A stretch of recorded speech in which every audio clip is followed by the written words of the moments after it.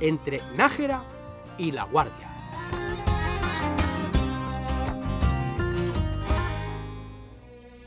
Comenzamos. No estamos demasiado lejos de las soberbias montañas riojanas. Esas montañas cuyas cumbres se pintan de blanco en el invierno y en cuyos repliegues hay tesoros culturales de primera magnitud. Esas montañas que albergan los monasterios de Suso y Yuso, o el santuario de la Virgen de Valvanera. Pero los paisajes que encontramos ahora, a orillas de uno de los ríos que bajan de estos montes, el río Najerilla, son muy diferentes.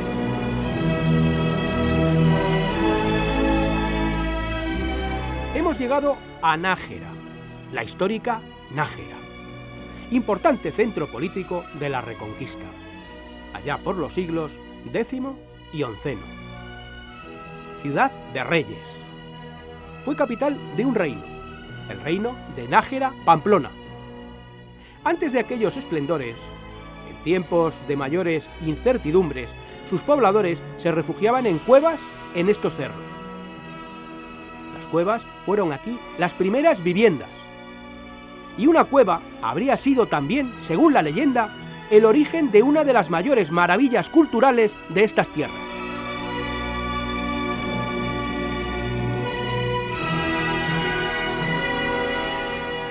Dice la leyenda que estaba don García, halcón en el puño, de caza, de cetrería. Arrojó su halcón tras una perdiz. La perdiz se metió en una cueva y el halcón se fue tras ella. Y cuando don García se introdujo en esa cavidad a ver qué había pasado con el halcón y con la perdiz, realizó un descubrimiento portentoso. Aquello habría sucedido hacia el año 1044. ¿Qué es lo que descubrió don García en aquella cueva? Para verlo, nos encaminamos al principal monumento de esta población, el monasterio de Santa María la Real de Nájera. En su interior lo descubriremos. Porque el monasterio se alzó precisamente donde el rey realizase aquel hallazgo, debajo de los cortados. Y a la vez descubriremos otras cosas valiosas, porque no cabe duda, Santa María la Real de Nájera es algo que no puede dejar indiferente a nadie. Lo advertimos enseguida. Por ejemplo, cuando traspasamos la puerta llamada de Carlos I y nos asomamos al claustro. Lugar de meditación, descanso y paseo de los monjes en el correr del tiempo. Es un claustro admirable. Se combinan en él lo gótico, lo plateresco y lo renacentista. Cada uno de sus 24 arcos ojivales están decorados con filigranas platerescas de una gran delicadeza. Se recrean en ellas motivos simbólicos y morales.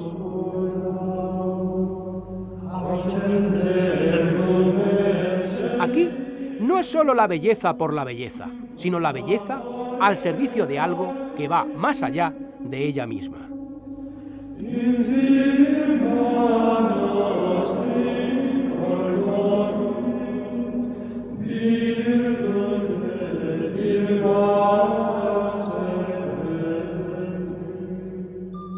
Llámase a este claustro el claustro de los caballeros, por los linajes caballerescos que en torno a él, en lugar tan sagrado, quisieron reposar.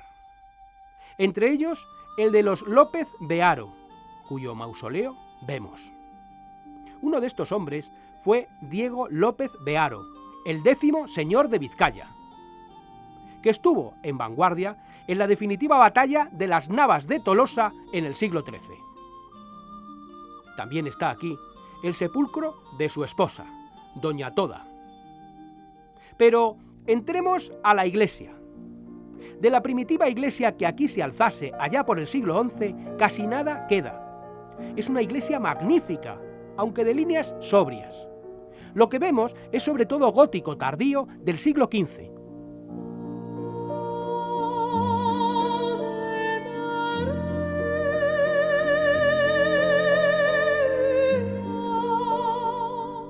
Aunque se irían añadiendo más cosas en siglos posteriores. entre ellas este magnífico retablo barroco de finales del siglo XVII, presidido por la imagen más antigua de Santa María la Real. El retablo, entre otras cosas, nos resume la leyenda de la que antes hablamos. La leyenda de Don García, el halcón y la perdiz. Y nos aclara cuál fue el portentoso hallazgo que hizo cuando entró en aquella cueva. Al hacerlo, se encontró con el halcón y la perdiz, el predador y la presa, en insólita mutua armonía. Y a los pies de una imagen de la Virgen. Había además allí un jarrón de azucenas, una lámpara de aceite y una campana.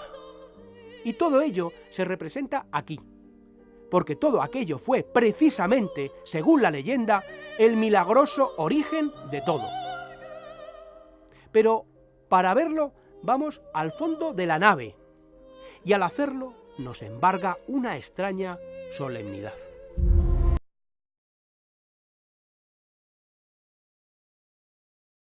Vemos un instante, a izquierda y a derecha, los sepulcros de personajes de la corte del reino de Nájera Pamplona, reyes y nobles. Sus sepulcros están apoyados contra la pared del monte. Estamos como suspensos ante esta atmósfera, la atmósfera que preside tantos lugares germinales. Contemplamos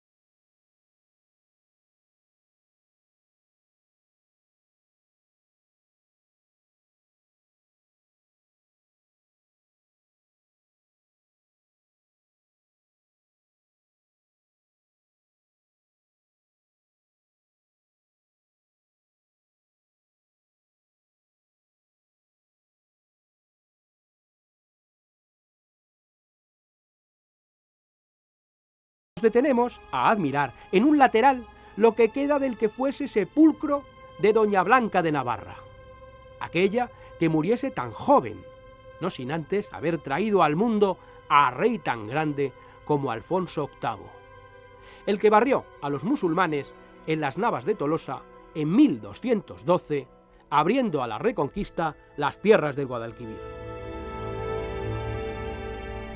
Salimos de Nájera.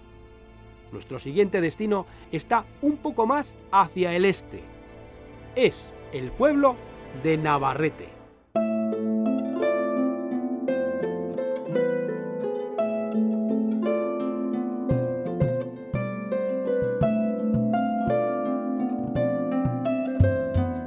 Navarrete, pueblo no lejano ya de Logroño, capital de La Rioja. Pueblo con monumentos como la iglesia de la Asunción, alzada entre los siglos XVI y XVII. Tiene en su interior un notable, muy notable, retablo barroco. Pero Navarrete tiene más cosas dignas de ser conocidas. Y no solo monumentos. En Navarrete está muy viva una tradición que ha desaparecido en otras zonas de España, pero que aquí está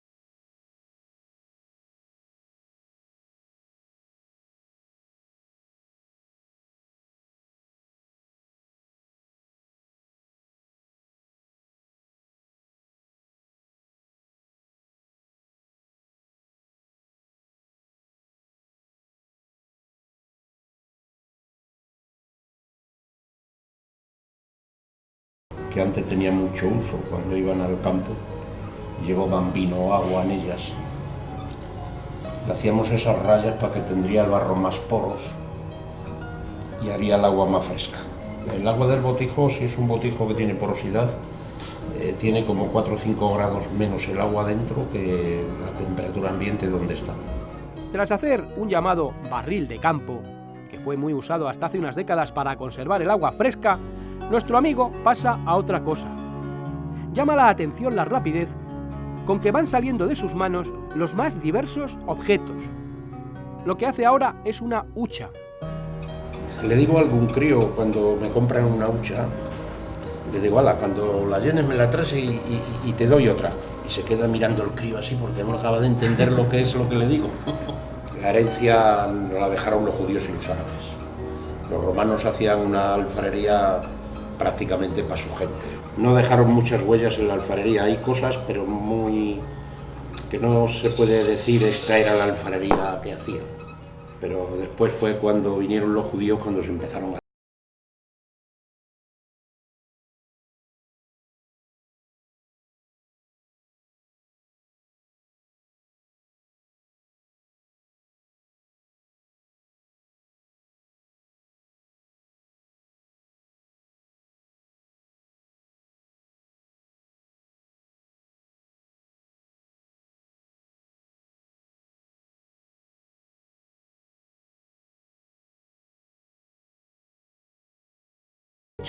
Seguimos camino. Nuestro siguiente destino está bastante cerca, pero en otra comunidad autónoma, la Comunidad Autónoma Vasca, en concreto en su extremo más meridional. Pero seguimos en La Rioja. Nos internamos en La Rioja Vasca, La Rioja Alavesa. Cruzamos el Ebro y llegamos enseguida a una bellísima población, La Guardia. La Guardia está rodeada del más típico paisaje riojano, repleto de viñedos. La población se alza en un imponente emplazamiento, sobre un cerro que permite avistar vastos escenarios.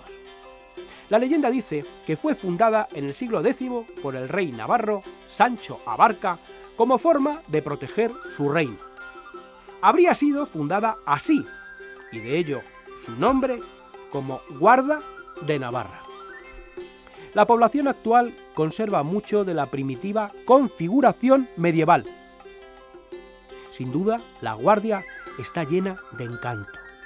Paseamos un poco por sus calles y nos detenemos a ver la danza de los autómatas del reloj que hay en su plaza. Mucha gente viene a verlo a las horas en las que sucede.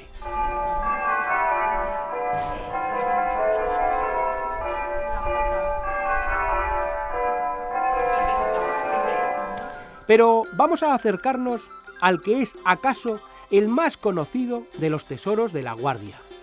Está en la parte alta de la población, cerca de donde se alza la inconfundible silueta de la torre abacial del siglo XIII, síntesis de lo religioso y lo militar. Llegamos. Es la iglesia de Nuestra Señora de los Reyes. En su interior hay una admirable portada que conserva su policromía.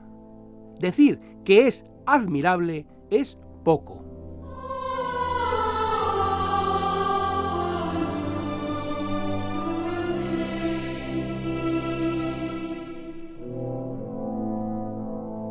Se queda uno sin palabras ante la belleza de esta portada gótica realizada en el siglo XIV, la portada gótica de la iglesia de Santa María de los Reyes. Fue repintada en el siglo XVII y la belleza de su policromía es realmente extraordinaria.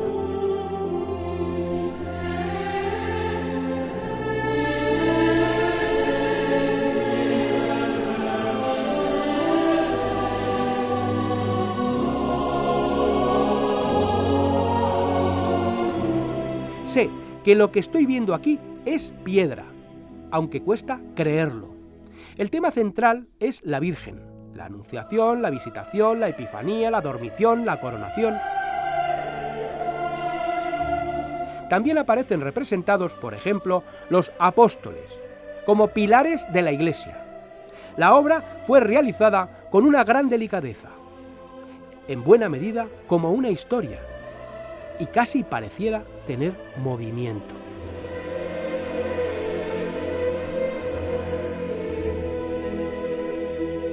Salimos y seguimos caminando por La Guardia. En La Guardia podemos pasear no solo por sus calles, sino bajo ellas, ya que su subsuelo está horadado por bodegas.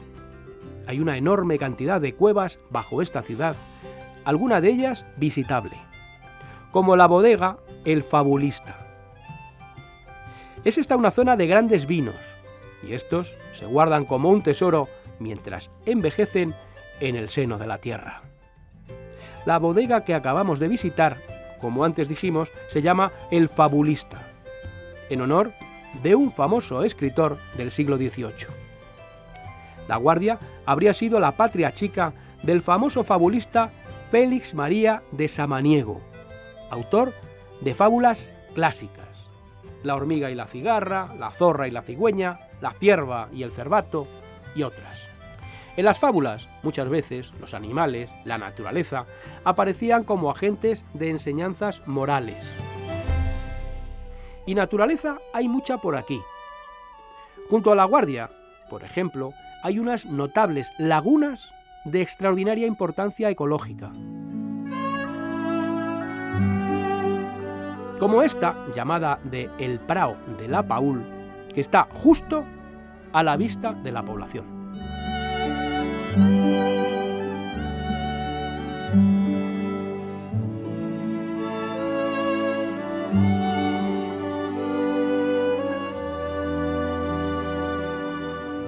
Decía el conocido fabulista que en el libro interminable de la naturaleza yo medito: en todo lo creado es admirable.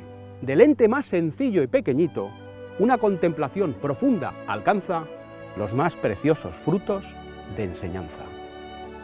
Da la naturaleza de la zona para meditaciones como esta de Samaniego y para muchas cosas más. La Rioja Alavesa tiene un clima singular, protegida de los vientos húmedos por la llamada Sierra de Cantabria. Es lo más seco de la comunidad autónoma vasca. Este clima singular y la riqueza de los suelos explican los amplios viñedos que hay en la zona. Y en lo más seco, en esa paradoja viva que es siempre la naturaleza, encontramos lo húmedo, en la forma de estos hermosos humedales.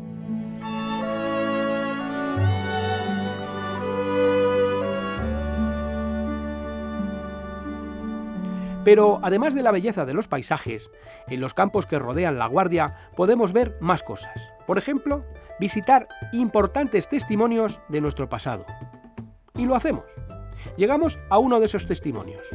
Uno muy notable: el yacimiento de La Hoya. Hubo aquí, hace milenios, un poblado protohistórico. Parece que 1500 años antes de Cristo ya habría sido habitado.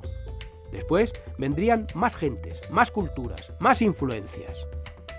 Un museo que hay en el lugar recoge muchas de las cosas que fueron halladas en él y nos ilustra acerca de cómo fue la vida de los hombres que aquí vivieron.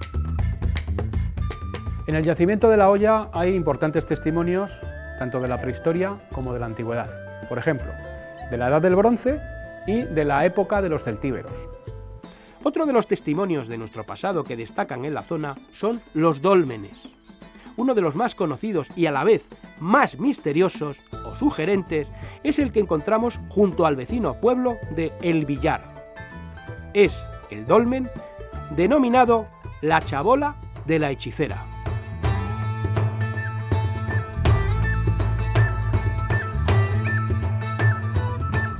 Seguimos camino. Estamos ya muy cerca del final de este capítulo. Y las montañas que cierran por el norte estos paisajes de La Rioja Alavesa nos llaman. Nos encaminamos hacia el puerto de Herrera. Desde este mirador, en la sierra, nos detenemos un rato a contemplar los vastos paisajes que desde aquí pueden admirarse.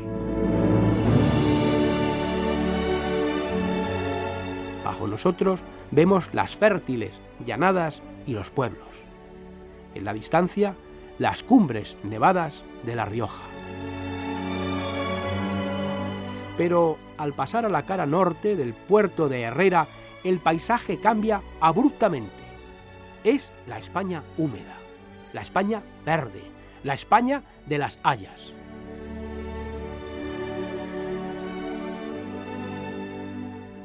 Bajamos del puerto de Herrera y sus hayedos, y enseguida llegamos a Urizaharra, o Peñacerrada, que así se llama también esta población alavesa.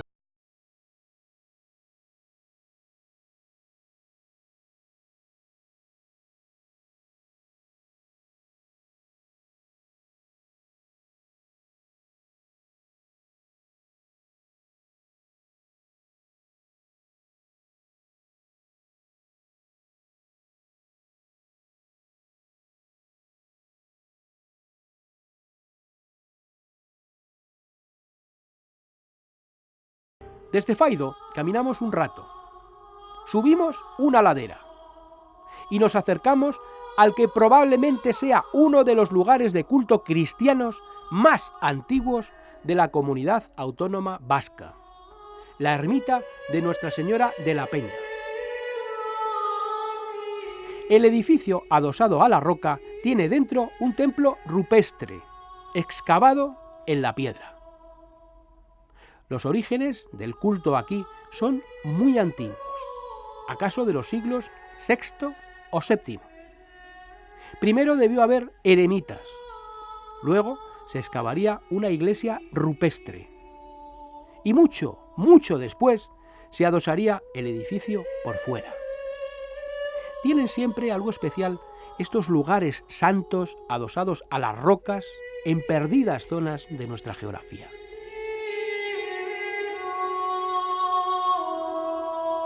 Esta zona es especialmente rica en santuarios rupestres. Muestra de ello lo tenemos aquí mismo, pero un poco más al este, entrando solo unos pocos kilómetros en dominio del vecino condado de Treviño, esa isla de Burgos rodeada de tierras alavesas. Una zona en la que no faltan ricos bosques de hayas y otros árboles. Estamos junto a la aldea del Año, y encontramos aquí un fascinante conjunto eremítico, uno de los más interesantes y espectaculares de España. Parece que sus orígenes habrían estado en los tiempos de los godos, cuando se habrían establecido por aquí algunos anacoretas. Luego se excavarían más cuevas, enterramientos e iglesias rupestres. Hay algo especial en este lugar, algo que brota en nosotros cuando visitamos sus cuevas. Algo que nos traslada, a través de la imaginación, a cómo debió ser la vida de las personas que se establecieron aquí hace tantos siglos.